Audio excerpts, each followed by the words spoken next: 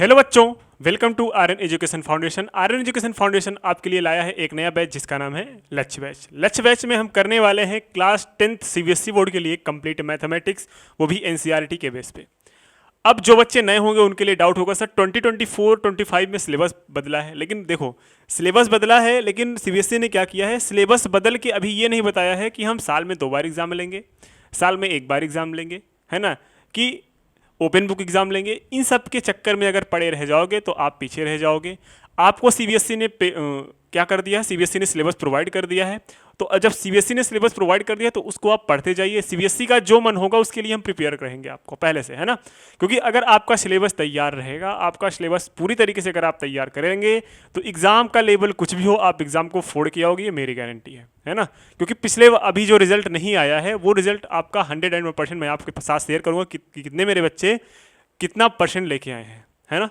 तो आपको झूठी झूठी अफवाहों पे, र्यूमर पे आपको ध्यान नहीं देना है, आपको सिर्फ अपने पढ़ाई पे ध्यान देना है। आप अभी नए नए बच्चे हैं, है ना, क्योंकि आपको डाइवर्ट करने के लिए बहुत यूट्यूब आपको बहुत कुछ चीज़ें बता रही होंगी। लेकिन अगर सीबीएसई ने आपको सिलेबस प्रोवाइड किया है तो कुछ सोच समझ के सिलेबस प्रोवाइड किया गया होगा आपको, है ना। सीबीएसई खुद चाहती है कि आप पढ़ाई स्टार्ट कर दो। और जहाँ तक रही कॉम्पिटेंसी बेस्ड क्वेश्चंस की, तो कॉम्पिटेंसी बेस्ड क्वेश्चंस को मैं खुद कराऊंगा। पहले एनसीईआरटी तो कवर कर लो, अब पहले अपना सिलेबस तो कवर कर लो, है ना। उसके बाद हम कॉम्पिटेंसी बेस्ड क्वेश्चन का अलग वीडियो बनाएंगे और टॉपिक वाइज वीडियो अलग बनाएंगे। उसके बाद साल भर पढ़ेंगे, है ना, साल भर हमें पढ़ना है वही चीज़ें। तो लेकिन उससे पहले आपको अस्त्र तो चाहिए। अस्त्र मतलब आपको हथियार तो चाहिए। हथियार क्या है, अपने सिलेबस को पहले ख़त्म करो। सिलेबस को ख़त्म कराऊंगा मैं इस किस्में, सिर्फ लक्ष्य बैच में आपका कंप्लीट एनसीईआरटी कवर किया जाएगा।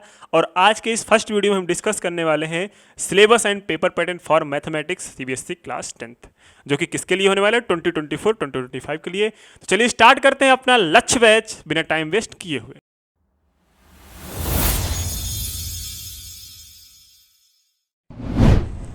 चलो, आपके सामने दिख रहा है क्या कोर्स स्ट्रक्चर क्या है आपके क्लास 10th का। सबसे पहला यूनिट नेम इधर दिया गया, इधर कितने मार्क्स के आएंगे वो देख लो। टोटल पेपर पैटर्न होता है आपका 80 मार्क्स का, 20 नंबर के आपके इंटरनल होते हैं जिसमें जो स्कूल के मार्क्स मिलते हैं, ठीक है। और 80 नंबर्स के आपके क्वेश्चन पेपर आएंगे, उसमें से आपको क्या क्या चैप्टर रहेंगे उसको ध्यान से देखिएगा। सबसे पहला आता है नंबर सिस्टम। नंबर सिस्टम आपने क्लास 9th में भी पढ़ा है लेकिन उसको थोड़ा लेवल उठा के दिए हैं। अलजेब्रा है आपका, जो नंबर सिस्टम है वो आपका पूछा जाएगा 6 मार्क्स का। अलजेब्रा पूछा जाएगा आपका 20 मार्क्स का। और कोऑर्डिनेट ज्योमेट्री जो है, कोऑर्डिनेट ज्योमेट्री आपने 9th में भी पढ़ा था, है ना। नंबर सिस्टम आपका पढ़ाया जाएगा नंबर सिस्टम आपका पूछा जाएगा 6 मार्क्स का। अलजेब्रा पूछा जाएगा कितना, 20 मार्क्स का। कोऑर्डिनेट ज्योमेट्री पूछी जाएगी आपके 6 मार्क्स की। ज्योमेट्री पूछी जाएगी आपके 15 मार्क्स की।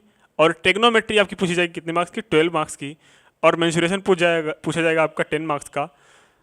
और स्टैटिक्स एंड प्रोबेबिलिटी पूछी जाएगी 11 मार्क्स की। तो सबसे ज़्यादा अगर वेटेज पूछा जाए तो किसका है, ज्योमेट्री की। और उसके सबसे ज़्यादा है तो इसका अलजेब्रा का, उसके बाद किसकी है, ज्योमेट्री की, है ना। तो अलजेब्रा और ज्योमेट्री मिला के आपका टोटल 25 मार्क्स मिल रहे हैं, है ना, 25 marks.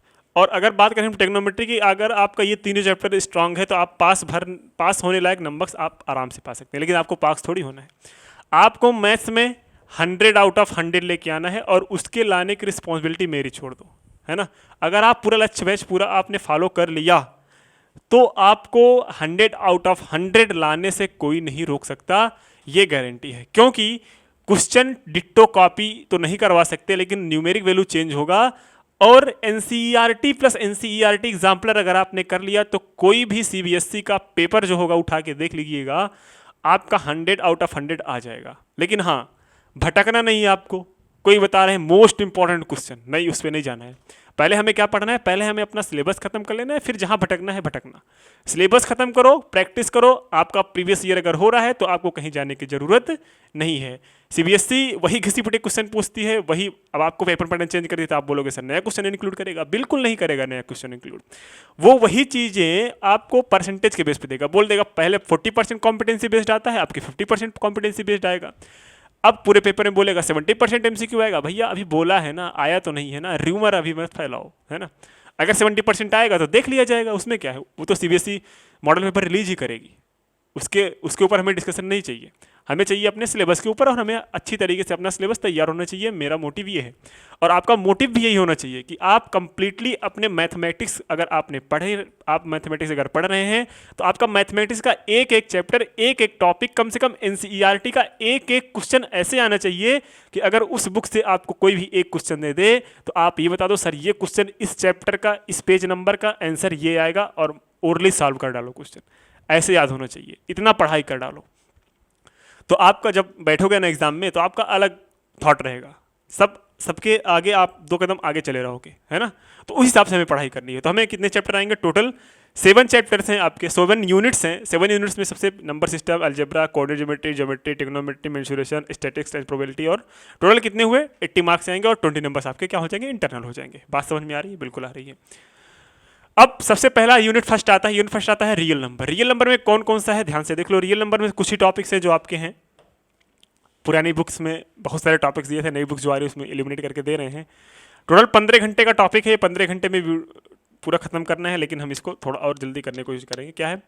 Fundamental theorem of arithmetic. Arithmetic की फंडामेंटल थ्योरम जो है उसको वो है आपके सिलेबस में। Statement after reviewing work done earlier and after illustration and the motivating through the examples. किसके? प्रूफ ऑफ इरेशनल, ये एग्जाम में आपके पूछेगा। प्रूफ ऑफ इरेशनलिटी ऑफ √2, √3, √5, इसके बेस पे क्वेश्चन पूछेगा। फिर इतना ही है आपके पास। क्या है? इतना ही है, इसके आगे कुछ नहीं है। फिर आता है आपके पास अलजेब्रा, यूनिट सेकंड में आता है अलजेब्रा, ठीक है। अलजेब्रा में आपका पूछा जाएगा जीरोज ऑफ अ पॉलिनोमियल। सबसे पहला आता है पॉलिनोमियल। क्या आता है? पॉलिनोमियल। पॉलिनोमियल में आता है zeros of a polynomial, relationship between zeros and coefficient of quadratic polynomial, ठीक है। पॉलिनोमियल पढ़ना है, फिर क्वाड्रेटिक पॉलिनोमियल पढ़ना है, और उसके बीच में रिलेशन जो होता है उसके बारे में पढ़ना है। ये सब चीज़ें आपको घबराने की जरूरत नहीं है, हम अच्छी तरीके से डिस्कस करवाएंगे। फिर आता है सेकंड नंबर अलजेब्रा में, सेकंड चैप्टर आता है अलजेब्रा का, pair of linear equation in 2 variables. Linear equation in 1 variable आपने क्लास 8th वगैरह में पढ़ा था, और क्लास 10th में उसी का इनहेंस फॉर्म आ गया, pair of linear equation in 2 variable. इसमें हम क्या क्या पढ़ेंगे? Pair of linear equation in 2 variables and graphical method of their solution, ये पक्का पूछा जाता है, एक क्वेश्चन आता है। कंसिस्टेंसी एंड इनकंसिस्टेंसी प्रूफ करना है कि कौन सा इक्वेशन कंसिस्टेंट है, कौन सा लाइन इनकंसिस्टेंट है, इसको भी हम डिस्कस करेंगे। फिर आता है अलजेब्रिक कंडीशन। क्या आता है? इसको जूम कर दें।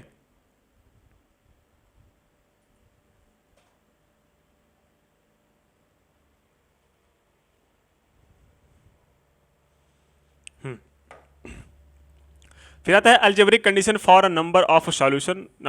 किसी नंबर का सॉल्यूशन फाइंड करने के लिए उसका अलजेब्रिक कंडीशन क्या होता है? Solution of a pair of a linear equation in 2 variables algebraically by substitution method. आपके सिलेबस में कौन कौन सा मेथड है?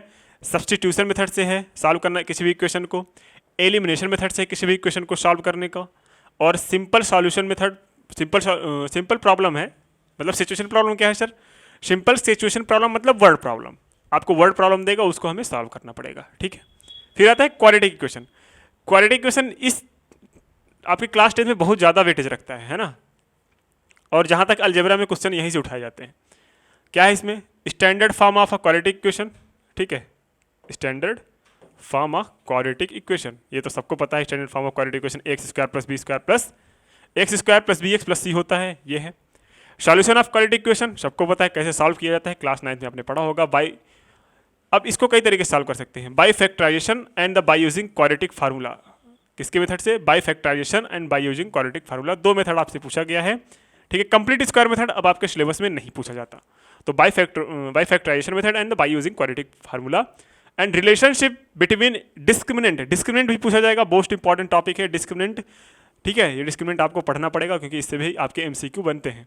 And nature of roots, nature of roots क्या हैं? क्या इमेजिनरी रूट्स हैं, क्या रियल रूट्स हैं, क्या इक्वल रूट्स हैं, इस सब के बारे में हम क्वाड्रेटिक इक्वेशन में पढ़ेंगे। फिर इसमें भी सिचुएशनल प्रॉब्लम आते हैं। सिचुएशनल प्रॉब्लम मतलब बेसारो क्वाड्रेटिक इक्वेशन, उसमें क्या था? लिनियर इक्वेशन में 2 वेरिएबल में अलग सिचुएशन प्रॉब्लम थे, उसमें 2 इक्वेशन बने थे। इसमें एक इक्वेशन बनेगा, लेकिन कौन सा इक्वेशन बनेगा? क्वाड्रेटिक इक्वेशन बनेगा। उस हिसाब से आपका सिचुएशनल प्रॉब्लम दिया जाएगा, मीन्स वर्ड प्रॉब्लम दिया जाएगा, ठीक है। फिर नेक्स्ट क्या है? आपका क्वाड्रेटिक इक्वेशन हो गया। नेक्स्ट आपका आता है अरिथमेटिक प्रोग्रेशन। इससे भी आपके आते हैं थोड़ा केस स्टडी वाले, है ना, केस बेस्ड क्वेश्चन आते हैं इस पे।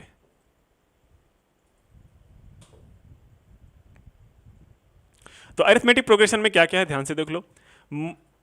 Motivation for studying arithmetic progression, derivation of the nth term. किसका डेरिवेशन है? nth टर्म है।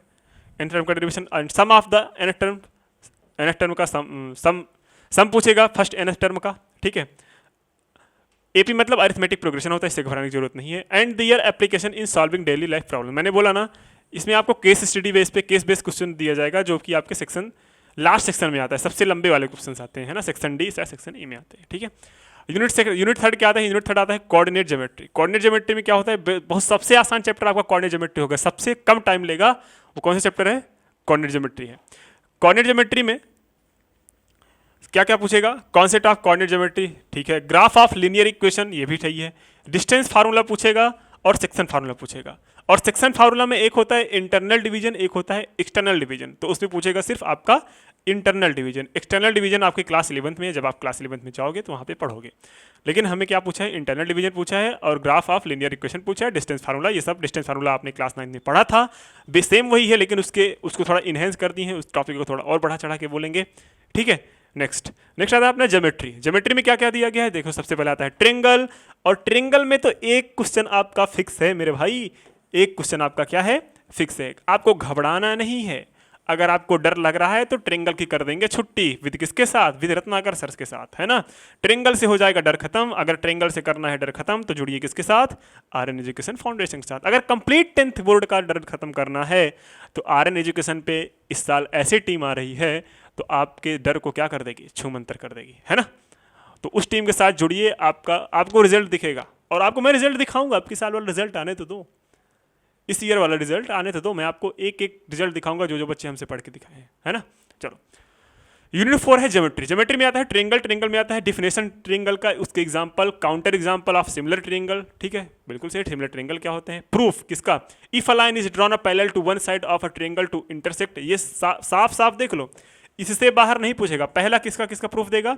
If a line is drawn parallel to one side of a triangle is intersect the other two sides in distinct point, the other two sides are divided in the same ratio. ये तो BPT basic proportionality theorem आ गया।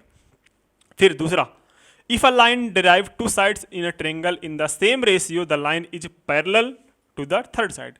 इसका उल्टा same बोल दिया है। फिर third, if in two triangles the corresponding angles are equal, these corresponding sides are proportional and the triangle are similar। देख लो, जो बोला है बस उतना ही पढ़ना है आपको। इससे रिलेटेड क्वेश्चंस कर लेंगे, इस थ्योरम को पढ़ लेंगे, बस आपका ट्रायंगल तैयार हो जाएगा। और उसकी रिस्पॉन्सिबिलिटी मेरे ऊपर छोड़ दो, आपको अच्छी तरीके से ट्रायंगल करवा करके मैं भेजूंगा।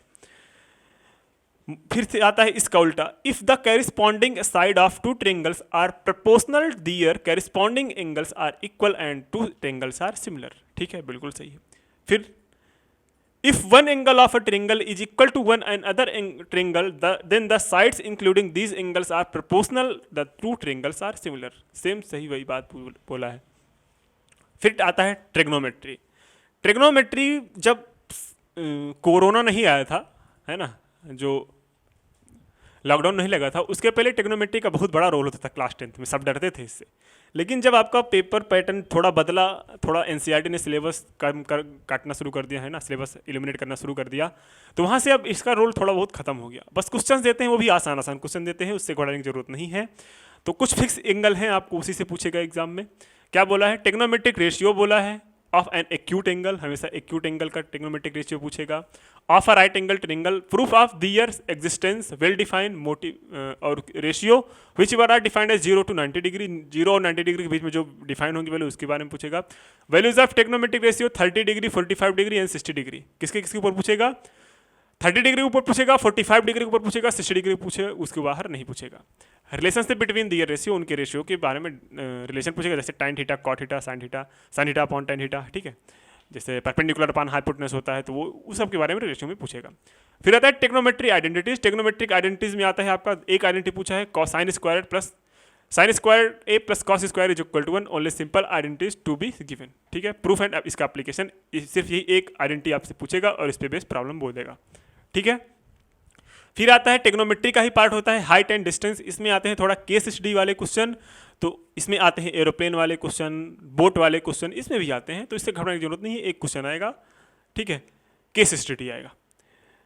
Simple problem on a height and distance problem should not involve more than 2 right angle two right triangle, मतलब दो राइट ट्रेंगल से अलावा और कुछ नहीं पूछेगा, कम मैक्सिमम दो राइट ट्रेंगल हो सकते हैं। दो राइट एंगल ट्रेंगल आपके फिगर में दिया जा सकता है, उससे बाहर नहीं पूछा जा सकता। एंगल्स ऑफ एलिवेशन पूछेगा, डिस्पर्सन पूछेगा, शुड हैव बी ओनली कितने कितने एंगल पे, 3 एंगल पे, कौन कौन सा, फिर वही बात 30 डिग्री, 45 डिग्री एंड 60 डिग्री, इतने एंगल के बाहर से नहीं पूछेगा, ये साफ साफ इन्होंने मेंशन कर रहा है। ठीक है, चलो नेक्स्ट। फिर आता है मेंसुरेशन। मेंसुरेशन में एरिया रिलेटेड टू सर्कल है, एरिया रिलेटेड टू सर्कल में आपका एरिया ऑफ क्या पूछेगा, एरिया ऑफ सेक्टर पूछेगा, एरिया ऑफ सेगमेंट पूछेगा। Problem based on area of perimeter of the circumferences of the above set plane figures, किसका किसका, in calculating area segment of a circle problem should be restricted to the central angle, कितने कितने का, या तो 60 degree बोलेगा, या तो 90 डिग्री बोलेगा, या तो 120 डिग्री बोलेगा। कितने, 3 टाइप के एंगल पूछेगा, सिर्फ बोला है ओनली कितने कितने का, 60 डिग्री का बोलेगा, 90 डिग्री बोला, 120 डिग्री बोलेगा, बाकी जो दिएगा उसको नहीं पढ़ना है। ठीक है, पढ़ना है प्रैक्टिस के लिए, लेकिन हमेशा आपके एग्जाम में कौन सा पूछेगा, 60 डिग्री, 90 डिग्री, 120 डिग्री। बच्चे क्या करते हैं, सारा पढ़ के जाते हैं, लेकिन ये तीनों नहीं डायरेक्ट पढ़ के जाते हैं, और वही एग्जाम में आ जाता है ना। Next, surface area and volume. Surface area and volume में पूछेगा surface area and volume of a combination of 2 and following cubes and cuboids, sphere, hemisphere and the right circular and cylinder and cones. मतलब अब तक आपने जो अलग अलग पढ़ा था, अब उसको कंबाइंड फिगर बना के एक एरिया, सरफेस एरिया और वॉल्यूम बनाना पड़ेगा। बात समझ में आ रही है? आप बोलोगे हाँ सर, बात तो समझ में आ रही है। Next, statistics and probability. क्या पूछेगा अब, स्टैटिस्टिक्स एंड प्रोबेबिलिटी में पूछेगा। स्टैटिस्टिक्स में पूछेगा mean, median and mode. Mean, median, mode किसका, ग्रुप डाटा का पूछेगा। Bimodal situation to be avoided, मतलब बाई मोडल सिचुएशन हमें क्या करना है, अवॉइड करना है, ये तो साफ मना किया है इन्होंने। नेक्स्ट आता है लास्ट चैप्टर, क्या है, प्रोबेबिलिटी। क्या है, प्रोबेबिलिटी। प्रोबेबिलिटी में क्या पूछेगा, classical definition of probability and simple problems on find the probability of an event. कोई एक्सटर्नल फार्मूला नहीं, कोई नहीं, बस वही 9th वाले को थोड़ा इनहेंस करके दे दिए हैं। ठीक है, बस वही बोला है, डिफिनेशन ऑफ प्रोबेबिलिटी पूछ सकता है, simple problems on finding the probability of an event. कोई इवेंट होगा उसकी प्रोबेबिलिटी फाइंड करने के लिए बोलेगा। ठीक है, तो हम इस बैच की आपको एक झलक दिखाते हैं कि इस बैच में हम कैसे पढ़ने वाले हैं। इसकी पीपीटी एक बनाई हुई है मैंने, तो ये रहा, इस हिसाब से हम इसको पढ़ेंगे। जैसे मैंने रियल नंबर्स का एक फ्लो चार्ट बनाया है, इसको हम पहले फ्लो चार्ट के थ्रू पढ़ेंगे, फिर एक एक टॉपिक उठाएंगे, है ना, आराम से एक एक टॉपिक को क्लियर करते चले जाएंगे। तो आई होप आपको ये बैच अच्छी तरीके से समझ में आएगी और अच्छी तरीके से आएगी भी, है ना। आपको बस क्या करने रखना है, पेशेंस बना के रखना है। एक एक चीज़ें इस बैच में क्लियर होंगी। इस बैच में मैं मैथ्स कवर करूंगा, एक मैम आएंगी, वो आपको क्या पढ़ाएंगी, आपको साइंस पढ़ाएंगी। ठीक है, तो इस बैच में कंप्लीट होने वाली है एनसीईआरटी। तो मिलते हैं नेक्स्ट वीडियो में, जिसमें हम डिस्कस करेंगे चैप्टर 1, जिसका नाम है रियल नंबर। ठीक है, ओके, थैंक यू, जय हिंद एंड बाय बाय।